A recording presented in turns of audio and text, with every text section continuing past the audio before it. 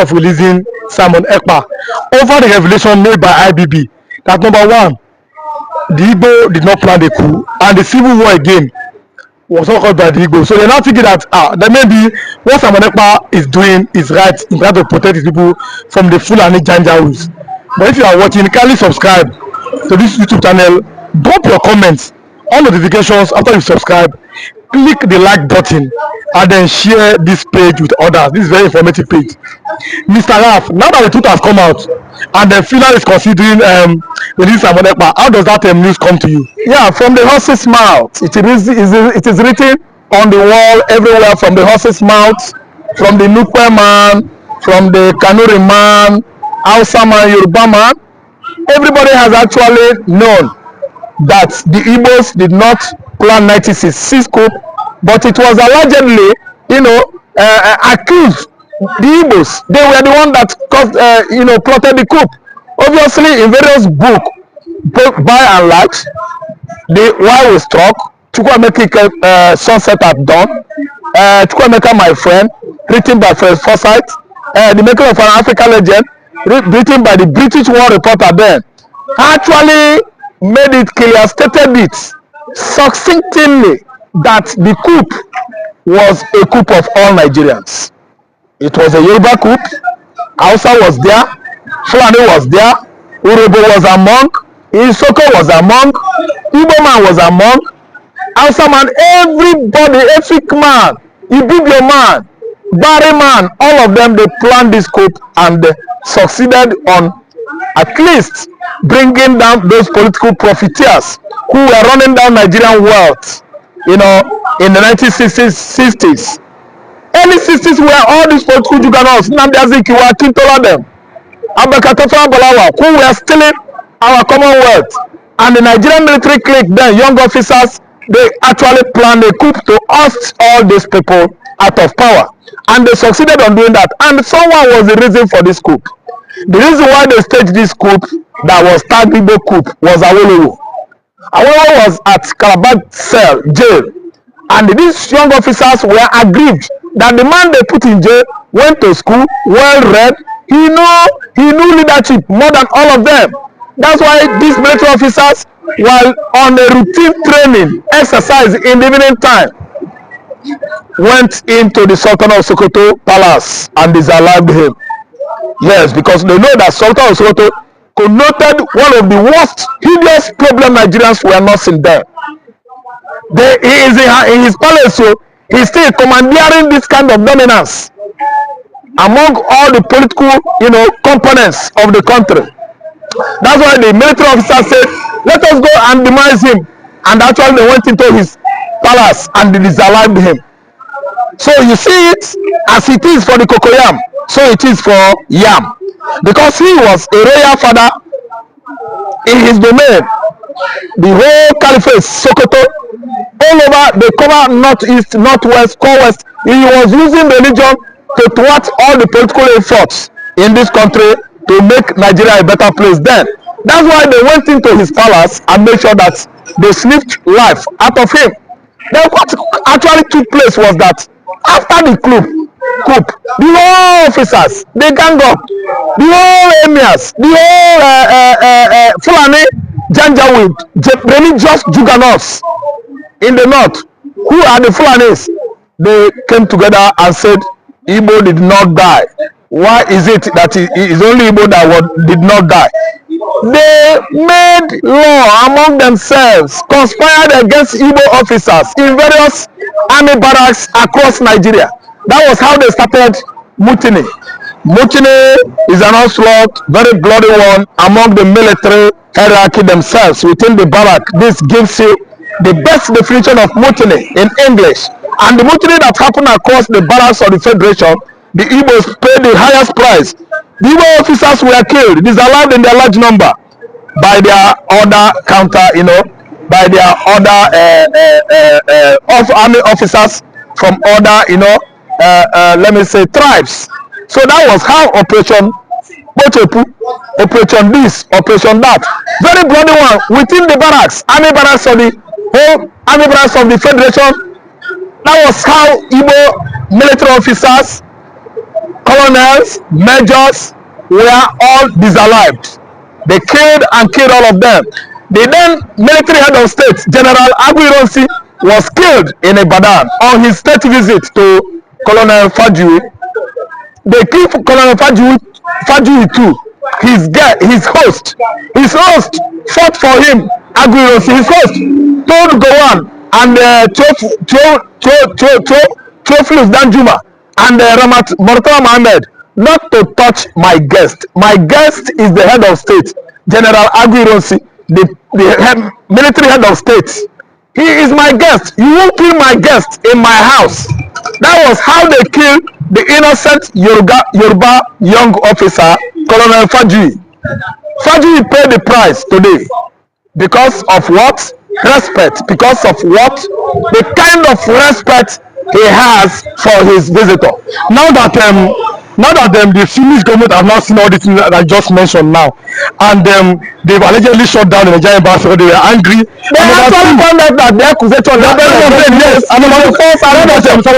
Finland close Nigerian embassy, yes, because they actually found out that every accusation against Igbo man is always falsified, unjustified, unsubstantiated, and what?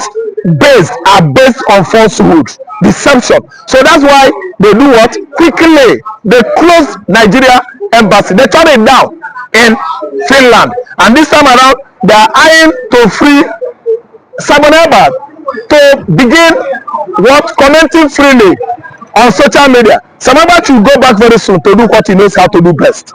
He is our information minister right now. He knows how to paint his story to look sweet. That is the work he has been doing on social media before he was intercepted or apprehended by all this Nigerian rumor that went to Finland begin to look like truth. And today Finland is looking at it. That is a fact. The man is trying to defend his tribe. Samaba is defending the tribe he actually thinks it is his. And actually Igbo is his tribe. And as I'm talking to you now, Samunapa is coming out gradually, while Nigerian embassy in Finland remains shut down because Nigerian government is a government structured, founded on lies, deceptions, injustice, illegality, bad governance, bad government, deception. So this time around, they are shutting down Nigeria embassy in Finland indefinitely. This case is not taking other Scandinavian countries like Iceland, Norway, Sweden, Denmark. They are going to join too. To shut down Nigerian embassy is a country that is made on foundation of deception, deceit, lies, injustice, illegality. Actually, other Scandinavian countries, they are going to shut down Nigerian embassy because of what? Illegal incarceration of Mazin Nnamdi Kanu. As I'm looking at it right way, Finland is not going to open Nigerian embassy in Finland so soon.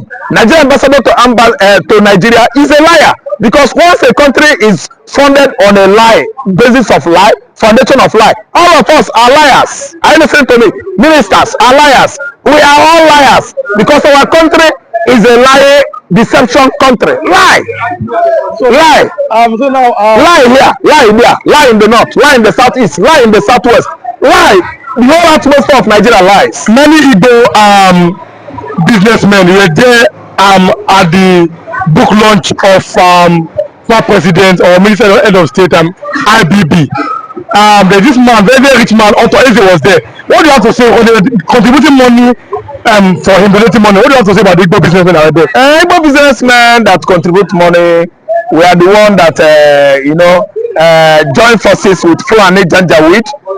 Many are collaborators, with their Fulani masters that enslaved them for how many years. Ateze was an errand boy to the whole Fulani regime that came and gone in Nigeria. Ateze was an errand boy to Babangida. Ateze was an errand boy to Chagara. Ateze was an errand boy to Abacha. Ateze was an errand boy to Muhammad Buhari. Ateze is an errand boy to Sadono Sokoto.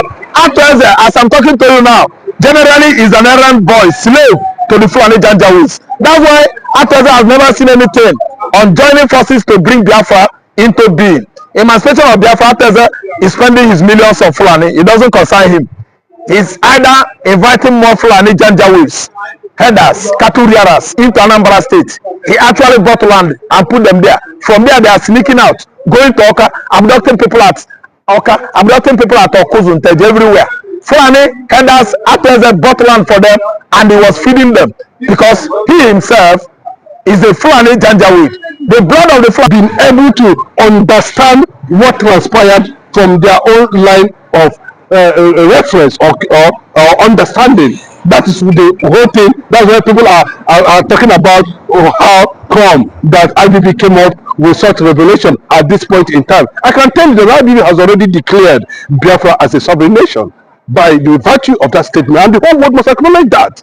The acknowledgement of it is the truth that was supposedly unveiled to the detriment of the Fulani and of course the media aspect of the Southwest that connived with the BBC as at that time to tag it an Igbo coup. Who is going to compensate the Igbo? Is it the people from the Niger Delta, the so-called Senegal and the rest of them, Adaka Borough, all those kind of people who stood against the Igbo interest, who tagged and wanted to destroy the Igbo identity in Nigeria? Unfortunately, the Igbo people were innocent. On that process of their innocency, they were able to lose over 6 million people in that war. 100 trillion, whatever they call it, does not matter at this point. What matters is the recognition of Biafra with all its territorial integrity is returned, installed, brought back, given to them, hand over to them. And let us see Gowon go to jail, to prison. Gowon must go to prison at this point in time. Go to prison? Yes. The international community, the ICC, the Igbos are going to see it is not a joke. We are calling on the international community, the ICC, the ECOWAS, the AU, the European Union, the American government under Donald Trump, the Asia, the Japanese, to come to the rescue of the consequences that cost Igbos on the line of suppression and oppression for over 60 years now. The international community must seek to arrest Yakubu Gowon immediately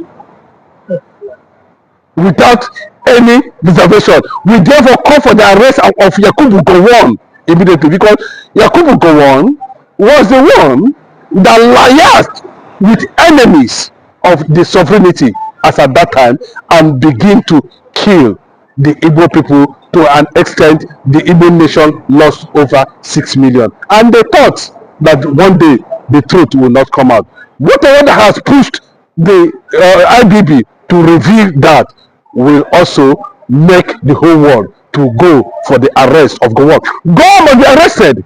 Middleburg belongs to Biafra. That is the truth. Niger Delta, all those areas belongs to Biafra. Gowon must be questioned why he was not able to make the Aburi agreement public up to this very moment. Why is Gowon hiding from one region to another? Today here is in the Clark house. Tomorrow here is in one house in the other side of the world. Tomorrow here is in Abuja, hiding from one corner to another. That is not going to help Yakubu Gowon for the damage he has done. You are right. Yakubu Gowon has left Nigeria. It's like he's now living in the UK. How we heard. But we saw him during the book launch. You know, unfortunately, as I gathered, he was not allowed to have a preview of that book. If he had had the preview of that book, that he would have been indicted, he would have run away. Nobody would have seen him. You can see the damage he was able to carry out, even against his own people. The Igbos that were killed in the Middle Belt, there are more than 1 million. The Igbos that were killed in the north, there are over 2 million. The Igbos that were killed almost everywhere. Why is it that IBB now decided to unveil the truth at this point in time? And they knew very well the role that the military play always. When IBB carried their own coup, it was not tagged as Igbo coup. When Abata did their own, it was not taxed at Igbo. But why is it that, you see, this thing has been there over and over and over and over the time. And the Yorubas contributed. Even when Awolowo knew that this thing was not a Igbo coup, he kept quiet. Awolowo knew, and the Yoruba media knew that this was pure conspiracy against the Igbo people. He kept quiet. Now, are you expecting the Igbos now to go and wake over 6 million Igbos that were murdered in that war? That is unacceptable fact that the world must call and demand the immediate arrest and persecution of Yakubu Gowon and those who liars. But if not that, I have some respect for the Southwesterners. I would have called for the arrest of Awolowo immediately, because how can you be an elder statesman? There's no controversy, there's nothing anywhere. You know where this thing was. They tell us, even when they were fighting the war, you engineered that the entire East Coast should be blocked and that the Igbos should be starved of food. You are the one that brought the idea. You sold the idea to Fulanis. The Fulanis look at it that the blockade of Bakassi Peninsula and the rest of them, of that Aziz, will lead to massive starvation of the Igbo people during the war. You never came out and told the world that what Gowon was doing was against what actually transpired. That the coup was not an Igbo coup. I want to keep quiet. He never said anything. So, what has the Igbo man done to the Yorubas and the Northerners that have cost 6 million lives, and you are talking about 10 trillion? Bullshit! But everybody was involved in the killing of 6 million Igbo. That 10 trillion. But let me tell you, the time has come. I thank God, the international community, the EU, the Asian continent, of course, some part of the Sahel. I'm not talking about this useless AU that is under demonic Tinubu who stood there. And all of them know that it was not an Igbo coup. Still, the conspiracy of Igbo against Igbo is still going on in this country. The only thing that is left for the world to decide, because this thing is generating taking an international dimension at this point in time. The international community, EU, they are already documenting it and they are making references and possibly leading to the release of Mazi Nnamdi Kanu. You can see what Agbo Abdullahi was just saying this morning, that the fact that he was surprised that this thing actually happened, because a lot of people are not privileged to have such exclusive, confidential interview, report of what actually transpired in 1966. But I can tell you, the whole world is stepping into you. The whole world is amazed. But what we are getting currently now, this morning, the news that they floated this morning, we had it on a good note that Simon Ekpa has already engaged the Finnish government on the development so far. In fact, not only that, the Finnish government has called for set up a committee to look at it, and they have shut down the Nigerian Commission in that country as a result of the IBB's revelation. All the lies that were made against the Igbos, you can see where it has turned. But still, in the midst of crisis and storm, the Igbo man stood tall. Imagine what would have become of the situation now in the country, how Nigeria would have looked like if Yakubu Gowon have respected the Akara-Aburi Ghana agreements. And up to today, Gowon has not made it publicly and publish what transpired in Aburi. The Igbo will not take this rubbish from anybody. We are advocating for the first Jewish black nation in the world on the basis of justice, on the basis of humanity, on the basis of fairness, on the basis of right, not privilege. We are advocating for our identity, and that identity is Biafra. No stopping that Biafra restoration and recognition. In one minute closing, never think that people like Yakubu Gowon will ever be arrested. Yes, I'm telling you, they don't know what is going on in the international scene at this point in time. The justice delayed cannot be at this point. This is genocide. The matter has to be revisited. There's going to be an independent inquiry, investigation under the ICC. We saw what Mazin Namdekano, Simon Iba, and the rest of them are doing. You saw the different, coloration. We saw the killing. And the world is asking, how come that IBB was able to make that revelation? How come Yakubu Gowon, who was at the center of the whole thing, could not be able to put up or stop the killing of the Igbos in the north, and allow it to continue until Ojukwu become tired and said, no, it can no longer happen. Even at that you are not even qualified to be head of state at that particular time. The only person that was qualified to be head of state, who happens to be Babafemi Ogundibe, we don't know his whereabouts. Maybe he would have been in a position to stabilize the system as at that time.